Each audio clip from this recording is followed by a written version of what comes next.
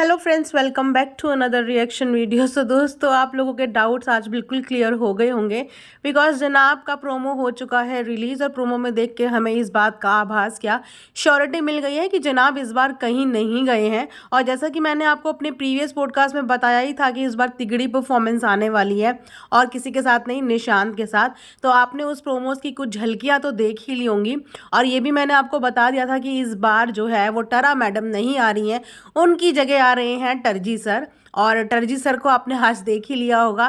खैर, ये बात तो जनाब खुद ही कल के व्लॉग में बताते हुए नजर आ गए थे, लेकिन जनाब के उड़ते हुए रंग और उड़ती हुई सूरत की वजह से बहुत से लोगों को ये डाउट हो गया था कि डेफिनेटली इस बार जनाब आउट ही हैं। लेकिन ऐसा नहीं है, जनाब अभी भी इन है। इनफैक्ट उनकी प्रोमोज देख के तो ऐसा भी लग रहा है कि जनाब ने इस बार परफॉर्मेंस में वाह वाही लूटी है बिकॉज बड़ा ग्लो कर रहे थे जनाब। हालांकि पूरी परफॉर्मेंस में मेन किरदार और मेन समा जिसने बांधा था वो दोनों कोरियोग्राफर ही थे, बट जनाब को भी कुछ एक आधा स्टेप दिया था जिसकी वजह से हो सकता है जनाब ने भी थोड़ी अटेंशन अपनी तरफ ग्रैब कर ली हो।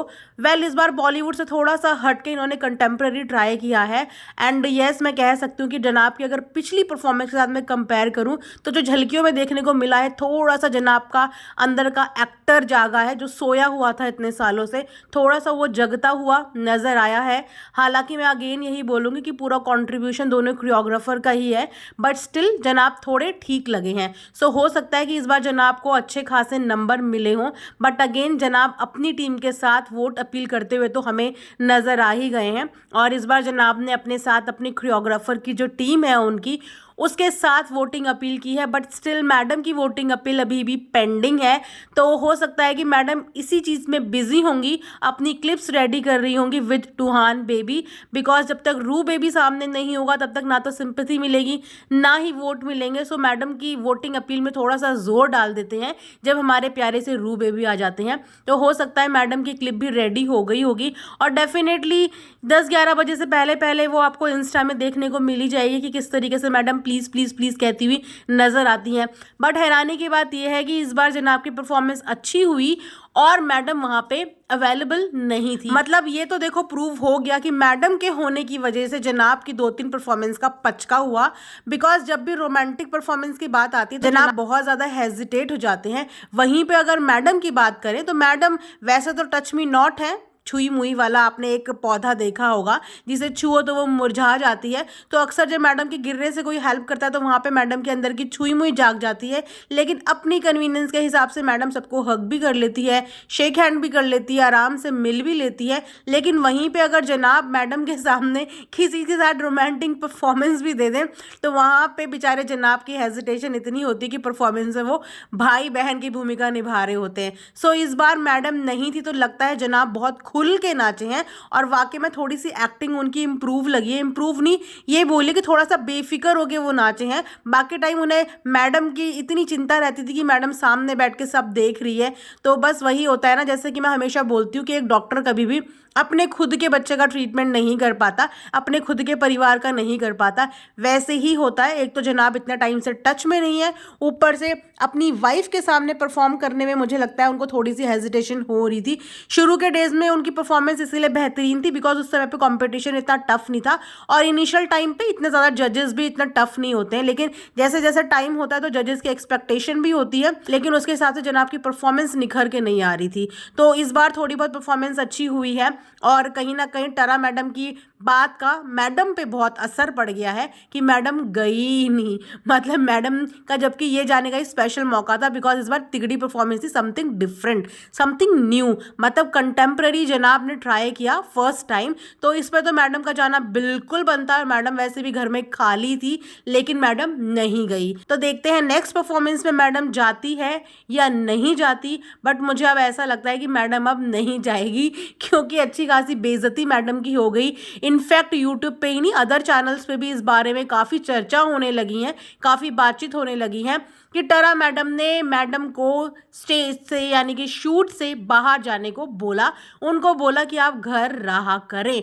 बहुत जगह चैनल्स पे ये न्यूज़ छप चुकी है, बहुत सारे चैनल्स इस न्यूज़ को टेलीकास्ट भी कर चुके हैं और दबादब ये न्यूज़ चल रही है। और इसका मतलब ये है कि जो एज्यूम यहाँ पे बैठ के किया जा रहा है वो कहीं ना कहीं सही है बिकॉज ऑथेंटिक तरीके से तो न्यूज़ रिपोर्टर्स ही हमें बता सकते हैं ना।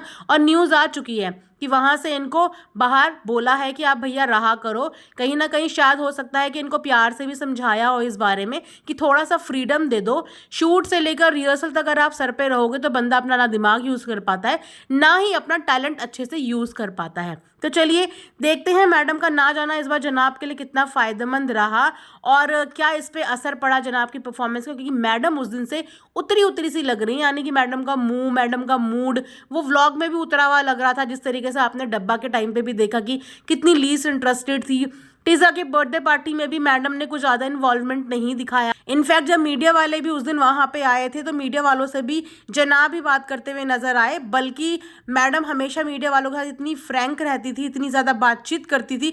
लेकिन वहाँ पे भी देखा जब पैब्स वहाँ पे आए और जो वीडियो सामने आई हैं उसमें मैडम ने इस बार मीडिया वालों से भी ज़्यादा बातचीत नहीं की। तो ऐसा लगता है कि यस मैडम थोड़ी थोड़ी उखड़ी उखड़ी सी हैं और टीजा के बर्थडे में भी इसलिए थोड़ा सा रंग में भंग हो गया। मतलब इन्हें अपने मूड की और अपनी इमेज की इतनी परवाह रहती है। मतलब किस बात की इमेज यार, इतनी तो तुम्हारे अंदर सेंस होना ही था कि कभी तुमने बिरयानी का पतेला वहाँ पहुँचा दिया, कभी तुम वहाँ पे कुछ पहुँचा रहे हो। भैया वो प्रोफेशनल जगह है, वहाँ पे आदमी तुम्हारे काम करते हैं। काम करने वाली जगहों को अगर तुम कैजुअल बना दोगे तो कभी ना कभी कोई ना कोई तो देखो टोकेगा ही ना तुमको।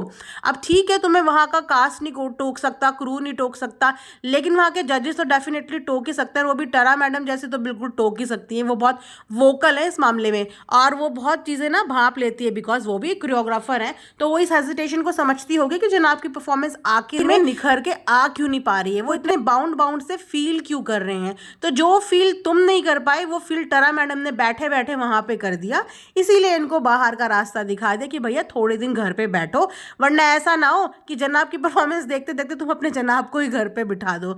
तो देखते हैं, जनाब ने अभी परफॉर्मेंस इनकी टेलीकास्ट हो जाएगी थोड़ी देर बाद, तो अगर आप लोग देख लो तो कमेंट सेक्शन में बताना, बिकॉज मैंने बताया मैं शो फॉलो नहीं कर रही हूँ, तो मुझे भी आप लोगों के थ्रू ही कुछ अपडेट्स मिल जाती हैं। तो जैसे ही आपको कोई अपडेट मिलेगी बताना कि जो वो वाओ वाओ करके जो कमेंट्स मिले हैं वो वाकई में जनाब के लिए हैं। लास्ट टाइम की तरह ये आग भी पानी में तब्दील हो गई कि लास्ट टाइम भी मल्ला मैडम कर रही थी आग लगा दी, पर पता चला वो आग जनाब की नहीं थी, जनाब का तो पानी पानी परफॉर्मेंस था, वो आग किसी और की थी। तो हो सकता है कि इस बार भी कुछ ऐसा ही हो, बट इस बार मुझे ऐसा लग रहा है कि नहीं, इस बार तो जनाब की तारीफ हुई है।